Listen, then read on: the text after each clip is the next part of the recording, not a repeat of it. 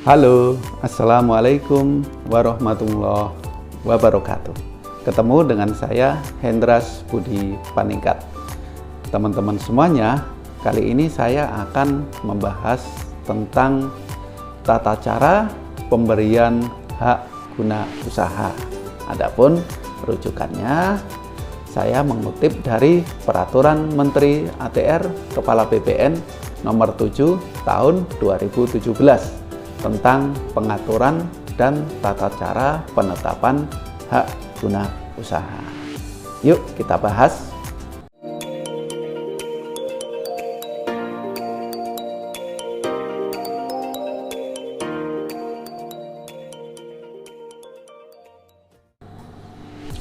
Nah, teman-teman, dalam pasal 17 Permen ATR Kepala BPN Nomor 7 Tahun 2017, pemberian hak guna usaha dilakukan melalui beberapa tahapan ya. Di sini ada 5 tahapan. Yang pertama, pengukuran bidang tanah.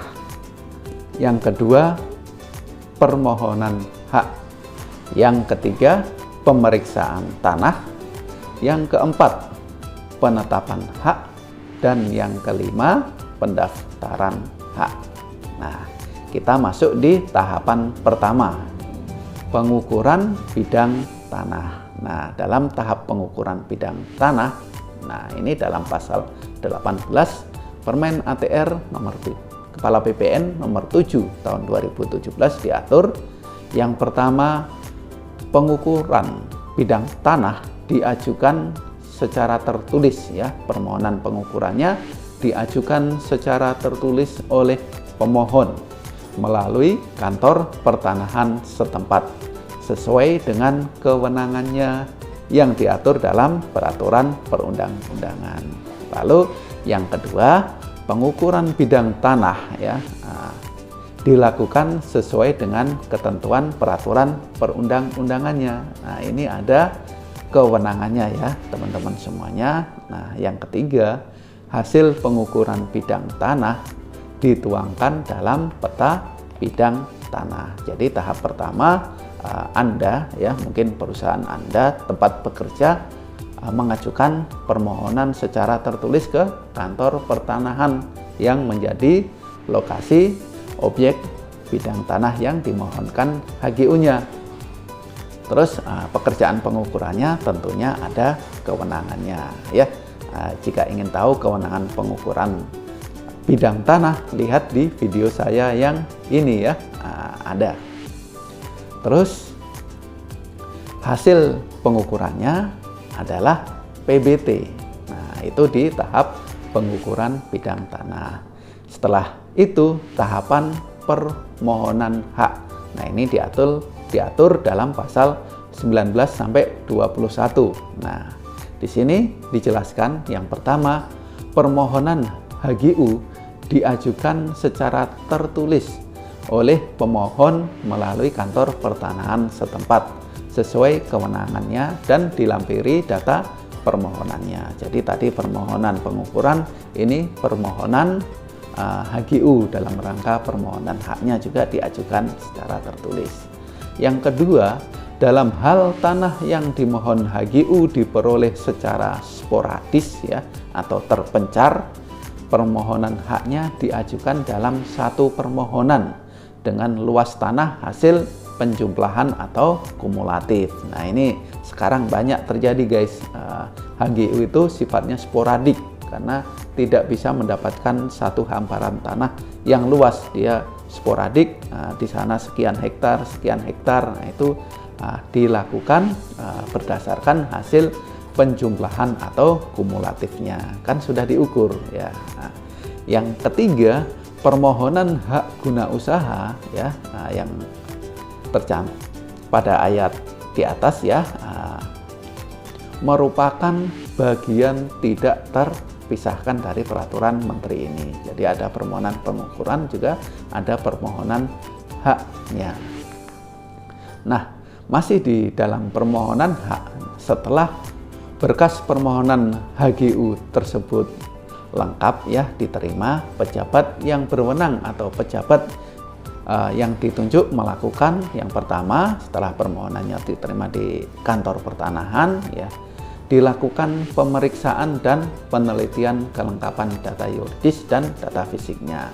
Yang kedua, pemberitahuan kepada pemohon untuk membayar biaya yang diperlukan. Berikut rinciannya sesuai dengan ketentuan peraturan perundang-undangannya.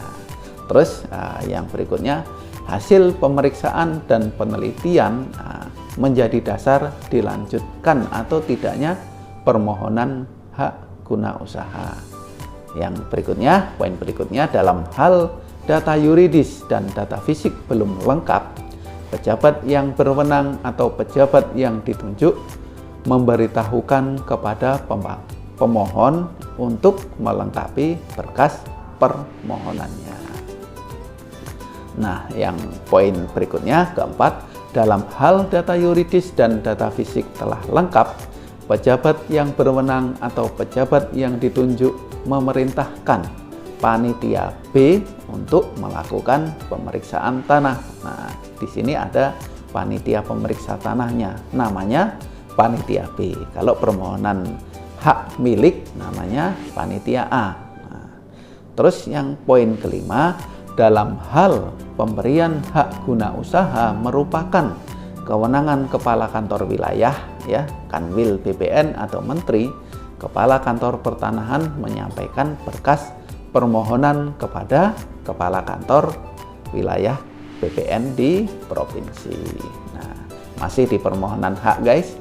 Pemohon bertanggung jawab penuh atas keabsahan dan kebenaran formil dan material dari data permohonan, dokumen, warkah, berkas, atau alas hak yang diajukan dalam rangka permohonan hak guna usaha. Jadi tanggung jawab penuh kebenaran formil material, ya, dari berkas-berkas ada pada pemohon, karena Kementerian ATR BPN tidak memiliki kewenangan uji material apakah ini palsu atau tidak. Nah, kalau punya dan harus dilakukan, tidak jadi-jadi, ya, permohonan haknya tidak akan jadi karena memerlukan waktu yang sangat lama. Nah, yang ketiga, tahapan ketiga, yaitu tahapan pemeriksaan tanah. Ini diatur dalam pasal 22 sampai 25. Nah, yang pertama, pemeriksaan tanah dalam rangka penetapan HGU dilakukan oleh panitia B. Benar. Nah, panitia B dibentuk dan ditetapkan dengan yang pertama, keputusan kepala kantor pertanahan untuk pemberian HGU kewenangan kantah. Nah, yang kedua, keputusan kepala kantor wilayah BPN untuk pemberian HGU kewenangan kanwil dan kewenangan menteri. Jadi panitia B itu hanya ada di kantah dan kanwil, tidak ada panitia B dari BPN pusat. Nah, masih di pemeriksaan tanah, yang ketiga, keputusan kepala kantor pertanahan atau kanwil tentang pembentukan panitia B dan susunan keanggotaannya, ya, merupakan bagian tidak terpisahkan dari peraturan menteri ini. Lalu yang poin 4, dalam hal diperlukan kepala kantor pertanahan atau kanwil BPN dapat menunjuk camat atau kepala desa, lurah, tetua adat, tokoh masyarakat, tempat letak tanah yang bersangkutan sebagai pembantu panitia B. Nah, ini penting ini karena terkait usulan hak guna usaha, ya, ketika diperlukan kepala desa, camat, ketua adat, ya, tetua adat, tokoh masyarakat mengetahui lebih komprehensif mengetahui bidang-bidang tanah, riwayat-riwayat tanah yang ada dalam lokus permohonan HGU. Nah, di sini dapat dijadikan sebagai pembantu panitia B. Ini sebagai langkah rencana mitigasi permasalahan tanah di kemudian hari. Nah, karena masalah HGU ketika bermohon, itu masalah muncul tanah-tanah mulai banyak permasalahannya ketika tanah sudah dilirik oleh investor. Nah, ini sering terjadi di lapangan. Nah, yang berikutnya masuk di penetapan hak ya. Setelah tahapan yang ketiga tadi, kita masuk di tahap keempat, penetapan hak. Nah, di sini diatur dalam pasal 26 sampai 28. Nah, penetapan HGU dilakukan yang pertama penyiapan konsep keputusan pemberian HGU atau keputusan penolakan pemberian HGU oleh unsur teknis pada kantor pertanahan atau Kanwil BPN sesuai dengan kewenangannya. Jadi permohonan itu dapat diterima, dapat diberikan, dapat juga ditolak. Nah, yang berikutnya, yang kedua, penerbitan keputusan pemberian HGU atau penolakan pemberian HGU oleh Kepala Kantor Pertanahan atau Kepala Kantor Wilayah Kanwil BPN berdasarkan data permohonan dan risalah panitia B sebagaimana dimaksud dalam pasal 24. Nah, yang berikutnya, dalam hal pemberian HGU merupakan kewenangan menteri, maka Kepala Kantor Wilayah BPN menyampaikan data permohonan ya dan risalah panitia B kepada menteri disertai pendapat dan pertimbangannya. Terus yang poin berikutnya, berdasarkan data permohonan, risalah panitia B dan pertimbangan, Kepala Kantor Wilayah BPN, Menteri menerbitkan keputusan pemberian HGU atau menerbitkan keputusan penolakan pemberian HGU-nya. Nah, dalam hal Kepala Kantor Pertanahan, Kepala Kantor Wilayah BPN atau Menteri menetapkan keputusan penolakan pemberian HGU harus disertai dengan alasan penolakannya ya. Kalau ditolak harus disertai alasannya. Nah, yang kelima, diatur keputusan pemberian HGU atau keputusan penolakan pemberian HGU disampaikan kepada pemohon melalui surat tercatat atau dengan cara lain yang menjamin sampainya ketetapan pada pihak yang berhak.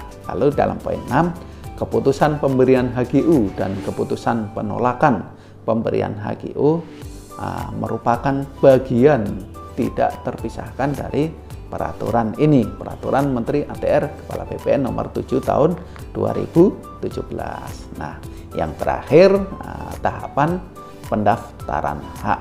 Nah, di sini dalam tahapan pendaftaran hak untuk memperoleh tanda bukti hak berupa sertifikat HGU, penerima hak guna usaha harus mendaftarkan keputusan pemberian hak pada kantor pertanahan yang daerah kerjanya meliputi letak tanah yang bersangkutan. Jadi teman-teman semuanya ketika bermohon HGU, kewenangannya kewenangan Kanwil atau kewenangan pusat sudah mendapatkan SK pemberian haknya, jangan didiemin karena SK itu segera didaftarkan di kantor pertanahan.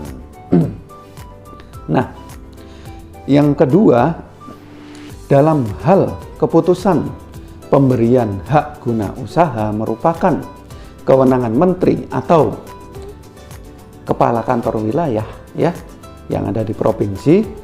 Pelaksanaan pendaftaran hak baru dapat dilakukan setelah salinan keputusan pemberian HGU telah diterima oleh kantor pertanahan. Nah, masih dalam tahapan yang terakhir, pendaftaran hak. Nah, pendaftaran tersebut ya dilaksanakan setelah semua kewajiban dan persyaratan yang tercantum dalam surat keputusan pemberian hak guna usaha dipenuhi ya. Jadi syarat-syarat yang dicantumkan dalam HGU dan kewajibannya harus dipenuhi dahulu guys. Terutama apa? Terutama dalam hal pembayaran pajaknya, PPHTP-nya. Nah, yang kedua, permohonan pendaftaran keputusan penetapan HGU dilakukan sesuai dengan ketentuan peraturan perundang-undangan. Nah, masih di pendaftaran hak. Nah, ini yang harus diperhatikan.